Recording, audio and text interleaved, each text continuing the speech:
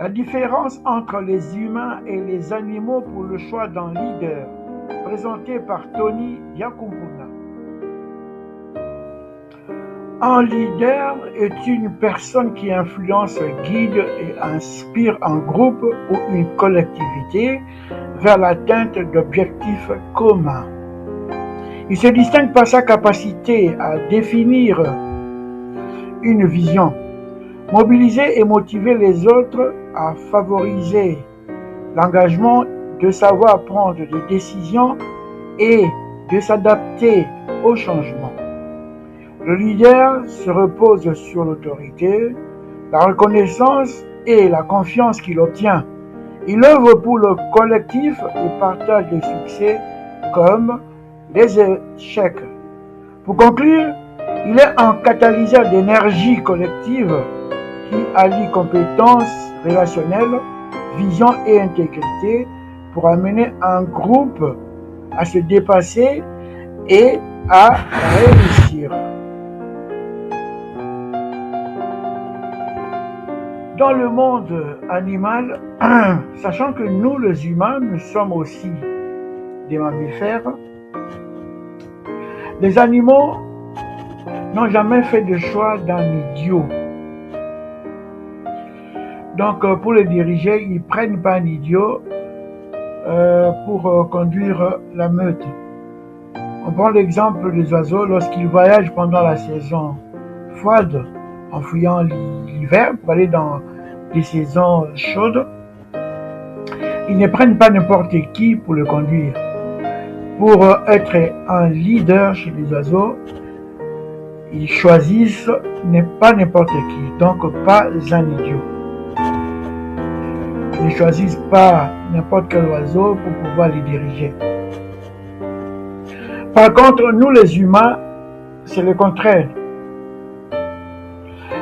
Donc nous sommes la seule forme de vie capable de remettre le commandement au plus idiot d'entre nous, le pire parmi tous les hommes, donc le plus faible, le plus arrogant, manque de vision, manque de stratégie, et ainsi de suite.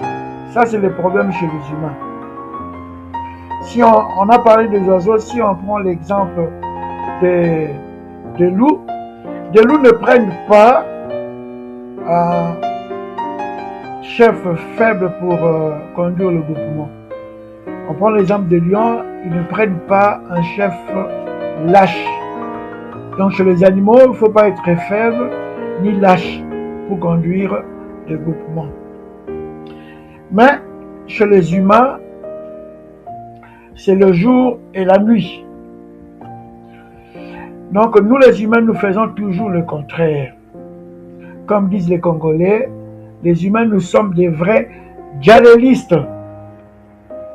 Donc des personnes qui peuvent jusqu'à déifier,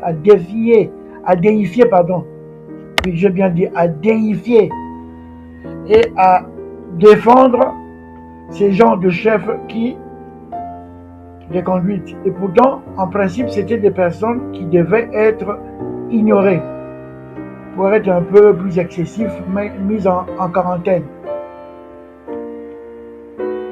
Donc, je dirais ceci, le problème, c'est lorsque l'intelligence se tait, la stupidité prend le trône et règne avec conviction.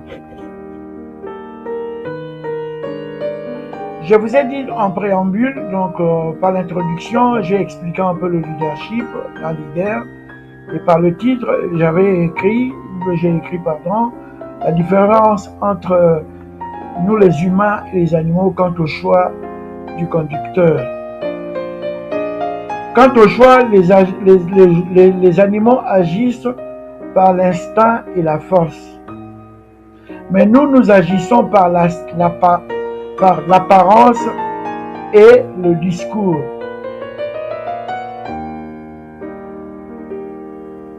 Donc, eux, les animaux, ils reconnaissent le leadership. Mais nous confondons le cri avec l'autorité. C'est lui qui parle trop, qui crie beaucoup. Et c'est ça l'autorité. Et c'est le contraire aux animaux. Un chef, c'est pas celui qui pousse le cri, qui tape sur la table. Non. Un chef par rapport à son caractère, par rapport à sa stratégie, par rapport à son leadership. C'est ça un chef. Donc, en conclusion, je dirais, en suivant ce genre de chef, pour les animaux, les résultats, c'est quoi? C'est la réussite de la meute. Parce que lorsqu'ils voyagent, exemple, pour quitter la saison froide pour la saison chaude, avoir un bon conducteur, c'est arriver au bon port. Et pour nous les humains, c'est quoi? C'est l'éclatement sociétal. Une société qui se perd, une société perdue, et une nation enfumée. Voilà pourquoi presque le monde tombe en décadence. Pourquoi? Parce que nous avons fait de mauvais choix pour les conducteurs, pour les guides, pour ces genres de leaders qui nous conduisent pleinement dans le chaos. Ne dit-on pas qu'un borgne est roi dans le royaume des aveugles?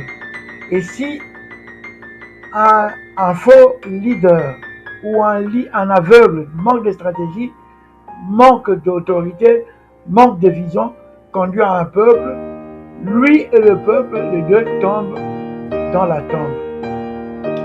Sur ce, je vous remercie.